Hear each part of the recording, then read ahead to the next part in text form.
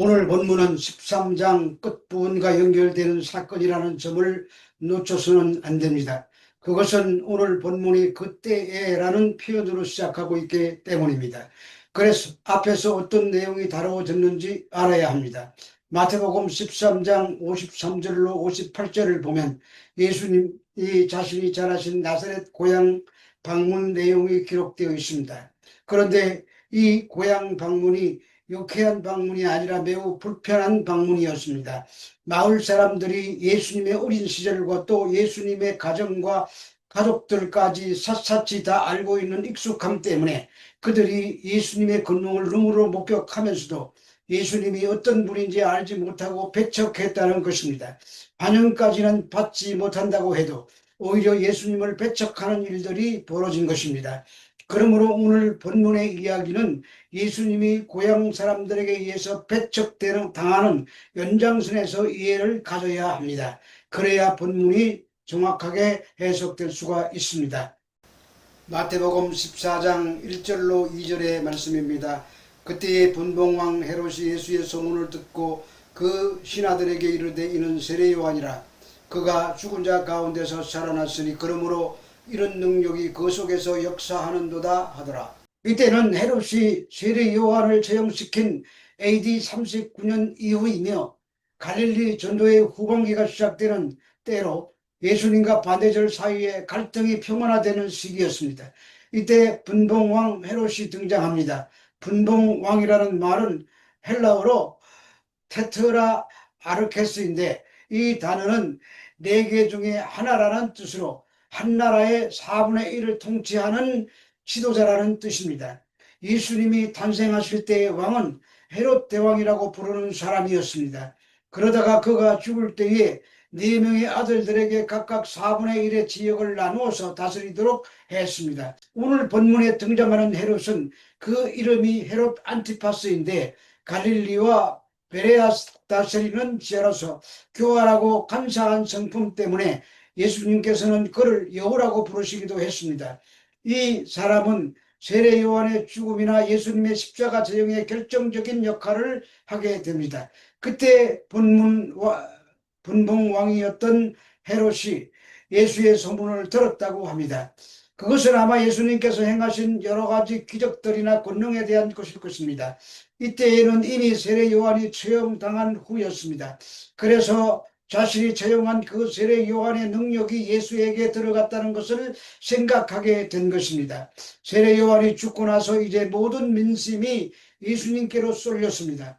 병자를 고치시고 기적을 행하시고 말씀을 가르치시는데 기가 막히게 말씀을 풀어 가르치시고 죄인들을 하고 친구가 되시기도 하셨습니다.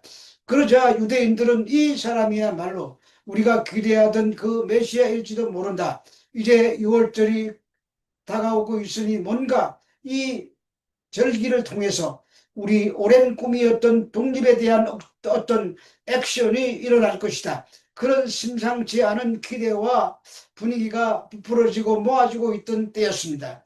이것을 헤롯이 들은 것입니다. 그래서 헤롯이 그가 죽은 자 가운데서 살아났으니 그러므로 이런 능력이 그 속에서 역사한다고 한 것입니다. 자신도 모르게 사람이 죽었다가 살아난다는 부활을 믿고 고백한 것입니다. 이것은 참으로 아이러니하고 역설입니다. 왜냐하면 사람이 죽었다가 살아난다는 하나님의 높으신 진리를 헤롯이 대신 선포하고 있기 때문입니다. 그런데 그는 그 진리에 서 있지 못하고 그 진리를 드러내는 도구로만 쓰였을 뿐입니다. 성경에 보면 이런 아이러니가 참 많습니다. 그러면서 이제 세례 요한에 대한 기억을 떠올립니다. 마태복음 14장 3절에서 5절의 말씀입니다. 전에 헤롯이 그 동생 빌립의 아내 헤로디아의 일로 요한을 잡아 결박하여 옥에 가두었으니 이는 요한이 헤롯에게 말하되 당신의 그 여자를 차지한 것이 옳지 않다 하였음이라. 헤롯이 요한을 죽이려 하되 무리가 그를 선지자로 여김으로 그들을 두려워하더니 헤롯이 그 동생 빌립의 아내 헤로디아의 일로 요한을 잡아 결박하여 옥에 가두었다고 합니다. 요한을 잡아 가둔 이유는 헤롯 안티파스가 옳지 못한 일을 저지르자 성경적 관점에서 노골적으로 헤롯이 잘못했다고 요한이 비판하고 지적한 것 때문입니다. 여기서 헤롯이 잘못한 것이란 자신의 아내를 버리고 이복 동생 헤롯 빌립의 아내를 빼앗아 강제로 아내를 삼은 일입니다. 원래 헤롯 안티파스의 아내는 사바티안 왕인 아레타스의 딸이었습니다. 그런데 그를 버리고 동생 빌립의 아내였던 헤로디아를 강제로 빼앗아 자신의 아내로 삼은 것입니다. 이 일로 헤롯과 아레타스 사이에 전쟁이 일어났는데 그 결과 헤롯이 참패하게 되었습니다. 이는 유대사가 요세푸스의 글에 의하면 세례 요한을 참수시킨 바로 직후였기 때문에 이 참패의 원인은 의인의 사례로 말미암아 하나님의 징벌이라고 하는 사람들의 생각이 많이 떠돌았다는 것입니다. 그런데 또 한편에서는 예수라는 사람이 나타나 많은 사람들이 따르고 기적을 행하니까 불안했습니다. 여기서 우리는 생각해 보아야 합니다.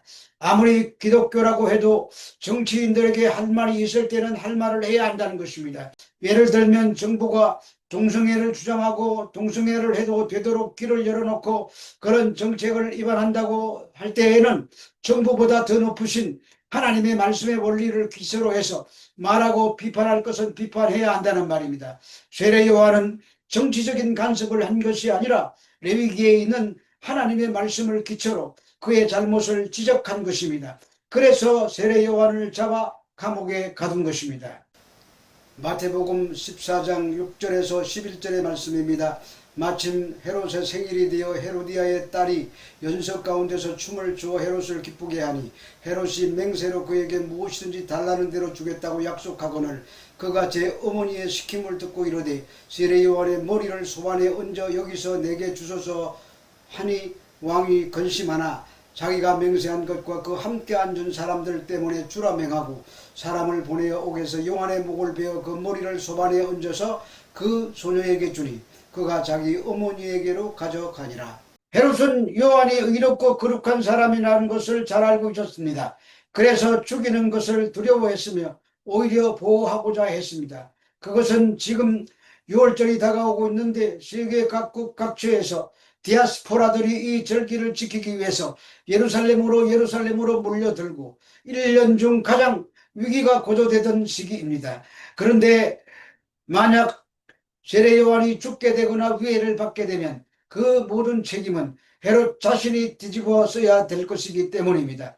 그럼에도 헤로디아가 요한을 원수로 여겼기 때문에 석방도 못하고 똥마려운 강아지처럼 이러지도 못하고 저러지도 못하고 전전긍긍하고 있었습니다. 이것이 헤롯의 이중성입니다. 그런데 이런 이중성은 오늘날 현대인의 자화상이기도 합니다. 놓아버리기는 아깝고 붙들고 있자니 양심의 가책이 된 것입니다. 그런데 이 헤롯의 이중성은 현대인들의 자화상일 뿐만 아니라 오늘날 성도들 속에도 은밀히 감추어진 또 하나의 들키고 싶지 않은 우리들의 얼굴일 수도 있다는 것입니다. 이 오늘 말씀 속에 이 메시지를 들을 수 있어야 합니다. 그리고 헤롯의 잔칫날로 이야기가 이어집니다. 그때 대신들과 천부장들과 갈릴리 귀인들이 모두 잔치에 참여하게 됩니다.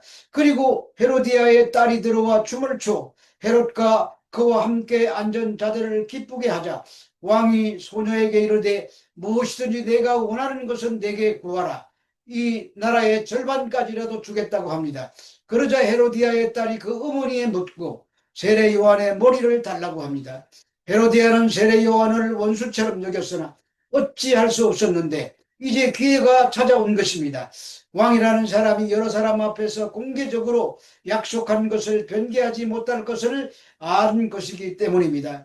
그래서 왕이 심히 근심하나 자기가 맹세한 것과 그 안전자들로 인하여 그를 거절할 수 없어서 그녀의 요구를 들어줍니다. 그래서 요한의 목베임을 당합니다.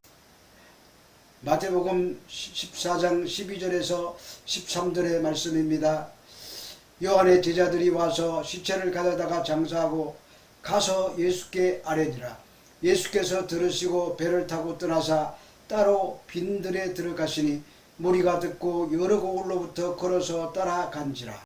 요한의 제자들이 시체를 장사하고 예수님께 가서 아뢰었다고 합니다. 같은 사건이 기록된 마가복음이나 누가복음에는 없는 말입니다.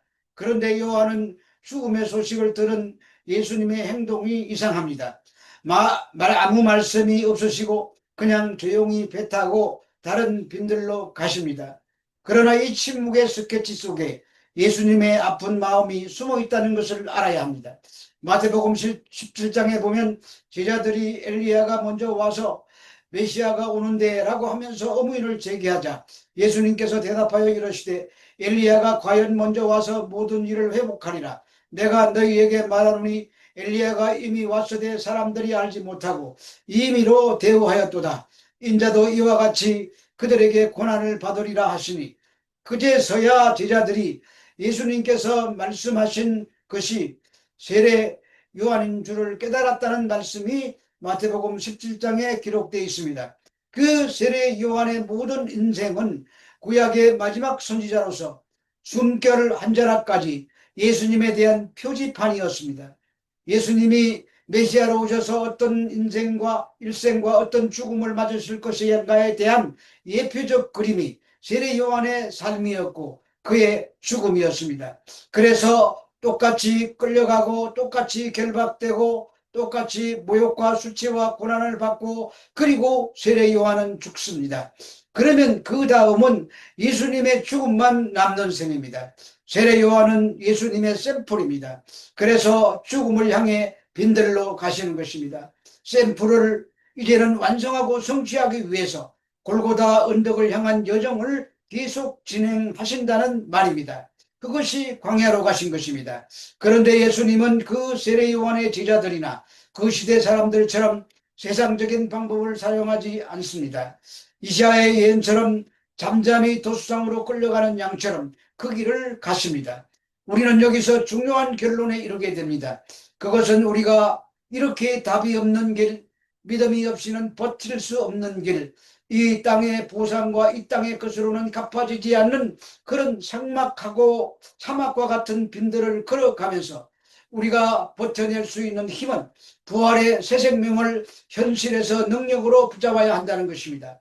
그렇지 않으면 우리가 아무리 정의롭게 살아도 이 모든 경주가 무의미해질 수가 있습니다.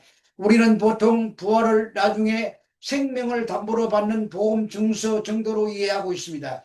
그런데 그것보다 더 중요한 것은 이 부활의 능력이 현실에서 능력이 되지 않으면 아무 소용이 없습니다. 고린도후서 4장에 보면 우리가 이 보배를 질그릇에 가졌다고 합니다. 이 보배는 그리스도십니다. 그릇은 우리입니다. 나 같은 질그릇 같은 존재 속에 예수님이 내주하시고 예수님의 내 안에 살아 계신다면 그 질그릇 안에 이 보배를 모신 것입니다. 그러면 사방으로 우겨쌈을 당하여도 쌓이지 아니하며 답답한 일을 만나도 낙심하지 아니하며 박해를 받아도 버림받지 아니하며 거꾸리 뜸을 당하여도 망하지 아니하고 우리가 항상 예수의 죽음을 몸에 짊었지만 예수의 생명이 또한 우리 몸에 나타나게 하려 함이라고 하신 말씀을 믿고 굳게 서야 할 것입니다. 그것이 부활의 능력을 힘입는 것입니다. 또 한 주간도 고난이 파도처럼 밀려오겠지만 믿음으로 승리하는 우리 모두가 되시기를 주 예수 그리스도 이름으로 축원합니다.